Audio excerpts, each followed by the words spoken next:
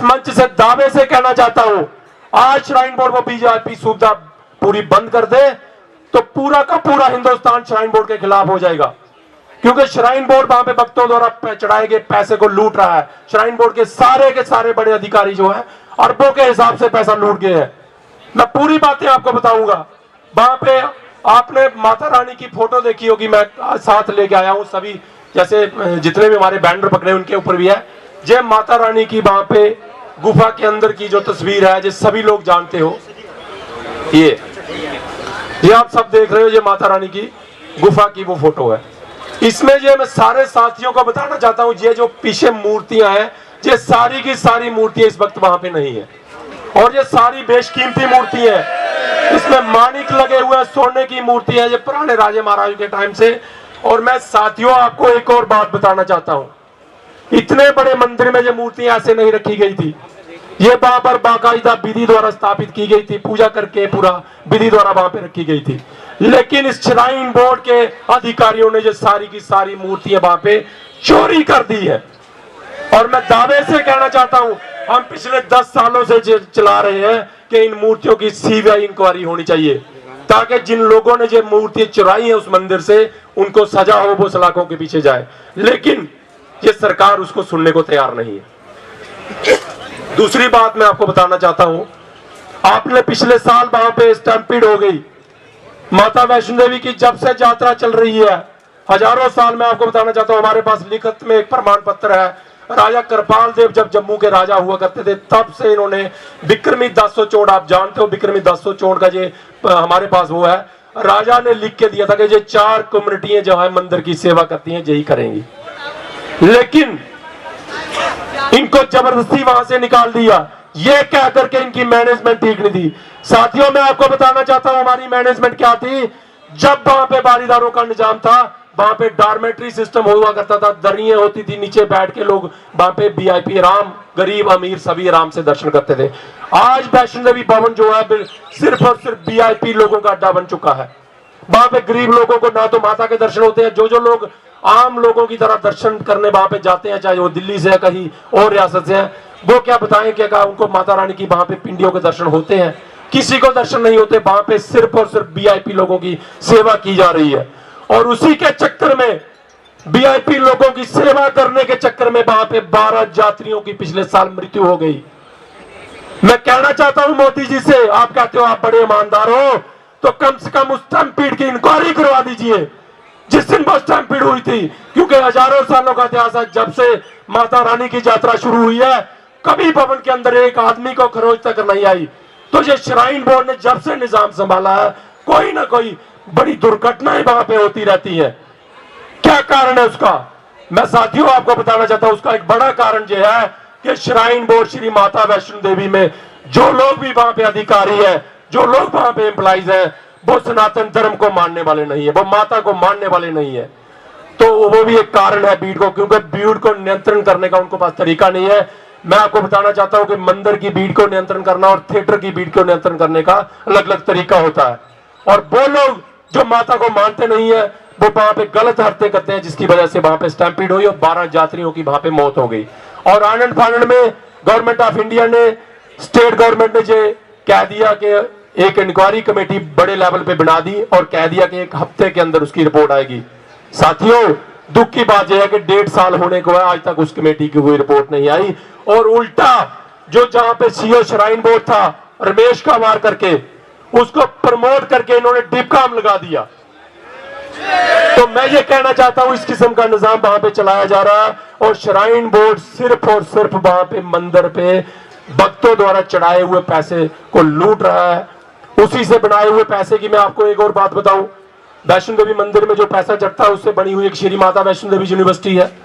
आप पूरी इंक्वायरी कर लीजिए, श्री माता वैष्णो देवी यूनिवर्सिटी के अंदर 50% से ज्यादा लोग जो है वो हिंदू नहीं है, यानी कि हमारे पैसे से दूसरे धर्म के लोगों को बेनिफिट पहुंचाया जा रहा है। नारायणा हॉस्पिटल है, माता के मंदिर में चढ़ाए गए पैसे से बना हुआ हॉस्पिटल, हालांकि वो चैरिटी हॉस्पिटल होना चाहिए था, गरीब लोगों का वहां पे फ्री ऑफ कास्ट इलाज होना चाहिए था, लेकिन फ्री ऑफ कास्ट तो छोड़ो, पैसे से भी सनातन को मानने वाले हिंदुओं को वहां पे इलाज नहीं मिल रहा है, दूसरे धर्म के लोगों को वहां पे बेनिफिट पहुंच रहा है। तो ये मैं बताना चाहता हूं कि बारीदार समाज पिछले कई सालों से अपने हक के लिए लड़ रहा है। हम अपनी पूजा का राइट वहां पे मांग रहे हैं। हमारे बुजुर्गों ने वहां पे सेवा की है। हमारी माता रानी वैष्णो माता हमारी कुल देवी है, और हम तब तक लड़ते रहेंगे जब तक हमें अपना हक नहीं मिल जाता। मैं आपको एक बात बताना चाहता हूं, जी मेरे पीछे बैनर भी लगा हुआ है, मैं आपको बताऊं 2014 में माननीय प्रधानमंत्री श्री मोदी जी ने उधमपुर की रैली में ये कहा था कि भारतीय जनता पार्टी को वोट दो, भाजपा की सरकार बनाओ, हम बारीदारों का परमानेंट स्थायी हल निकालेंगे। मेरे पास, मैं थोड़ा सा एक टाइम लूंगा, मेरे पास एक वीडियो है, मैं आपको सुनाना चाहूंगा। मुझे बताएं हमारे बारीदार, उनकी समस्या का समाधान होना चाहिए। कोई बारीदार की सुनने को तैयार है क्या? बारीदार की समस्याओं को सुनने वाली कश्मीर में सरकार चाहिए कि नहीं चाहिए? भारतीय जनता पार्टी को सरकार बनाइए, बारीदार को कभी करना नहीं पड़ेगा। उसकी समस्याओं का समाधान की हम परमानेंट व्यवस्था करें।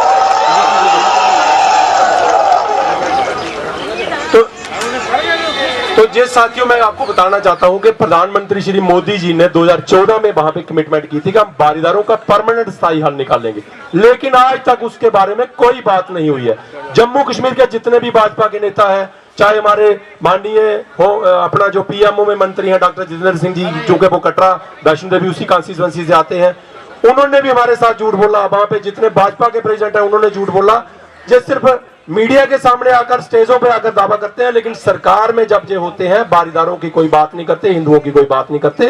तो इसलिए मैं जो इनका झूठ बताना चाहता हूं। मेरे पास इनके जितने भी लीडर हैं सबकी मेरे पास, जैसे मैं पीएमओ में मंत्री हैं डॉक्टर जितेंद्र सिंह, उनके बारे में बताना चाहता हूँ।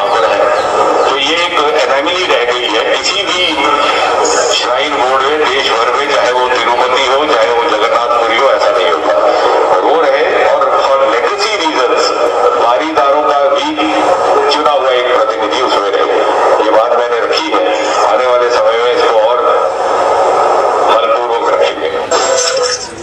तो ये मैं आपको बताना चाहता हूं कि इस किस्म का झूठ बोला जाता है वहां पे हमारे गरीब लोगों के साथ। और भी भाजपा के सभी लीडरों की मेरे पास जहां पे रिकॉर्डिंग पड़ी हुई है। मैं कहता हूं कि डीडीसी काउंसिल में वहां पे हमारे जो रियासी डिस्ट्रिक्ट की डीडीसी काउंसिल है, वहां के चेयरमैन सरार सिंह नाग ने वहां पे डीडीसी में काउंसिल में एक रेजोल्यूशन पास किया और सभी डीडीसी मेंबर्स में उसमें सहमति जताई कि बाकिया बारीदार समाज को जहां पे पूजा राइट मिलना चाहिए और इनके साथ गलत हुआ है। लेकिन उन्होंने जब ये रेजोल्यूशन पास किया तो मीडिया में आकर उन्होंने कहा कि हमने ये रेजोल्यूशन की कॉपी होम मिनिस्ट्री को भेज दी है और वहां पे एलजी साहब को भेज दी है। तो मैं साथियों आपको बताना चाहता हूं, एक तरफ तो डीडीसी काउंसिल के चेयरमैन ये कह रहे हैं कि हमने होम मिनिस्ट्री को जो आपकी कॉपी भेज दी है और इस पे कोई ना कोई एक्शन होगा। तो जब कोई एक्शन नहीं हुआ तो उसके बाद हमने इंक्वायरी के लिए हमारे एक जहां पे शिवसेना से सांसद है उनके जरिए हमने पार्लियामेंट में वो क्वेश्चन वहां पे उठाया।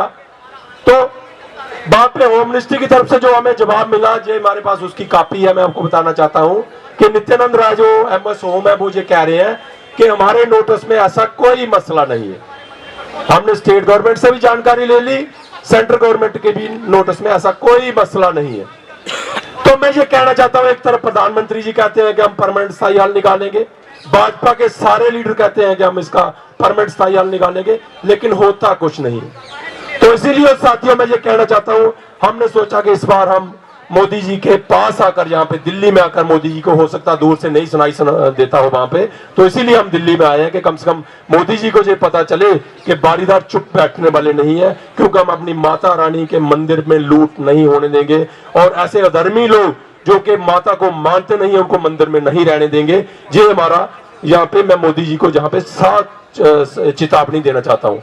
तो साथियों मैं ज्यादा समय आपका नहीं लूंगा, मैं ये कहना चाहता हूं कि जैसे अंकुर शर्मा जी भी इस पर सपोर्ट कर रहे हैं और ये इन्होंने पूरे हिंदुस्तान में जो बीड़ा उठाया हुआ है और हमारा बारीदार समाज भी इनके साथ मिलकर चल रहा है, तो मैं भी इस मंच से यही कहूंगा कि अब हिंदुओं को जागने का समय आ गया। सनातन धर्म को मानने वाले लोग सभी जाग जाएं और जितने भी मठ मंदिर जो है जो गवर्नमेंट के कंट्रोल में है, क्योंकि हमारे हिंदुस्तान में कानून तो है कि आप रिलीजियस इंस्टीट्यूट पे टेक ओवर कर सकते हैं, लेकिन अफसोस इस बात का कि किसी चर्च पे टेक ओवर नहीं होता, किसी मस्जिद पे टेक ओवर नहीं होता, किसी गुरुद्वारे पे टेक ओवर नहीं होता, सिर्फ हिंदुओं के मंदिर पे टेक ओवर होता है।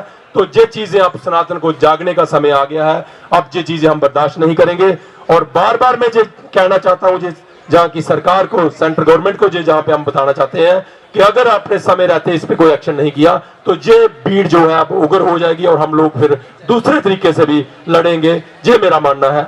इसी के साथ मैं आपका ज्यादा समय नहीं लूंगा, यही मैं कहूंगा कि सभी लोग इस जितनी भी ये हमारी मुहिम है मंदिर मुक्त कराने के लिए, इसमें सपोर्ट कीजिए। और बारीदास समाज जो कि जिनको पूजा से वहां पे वंचित किया गया है, उनकी सपोर्ट कीजिए। तो मैं ज्यादा समय नहीं लेता हुआ आपका धन्यवाद करता हूं कि इतनी गर्मी में आपने सुना हमको। और मैं एक बार फिर अपने माता रानी का जयकारा लगाऊंगा। जयकारा मां शेरा वाली दा, हे माई मेरी सच्चियां जोता वाली माता थोड़ी सदाई जय। सब दियां मनोकामनाएं पूर्ण करने वाली माता थोड़ी सदाई जय। जयकारा मां शेरा वाली दा, जय माता।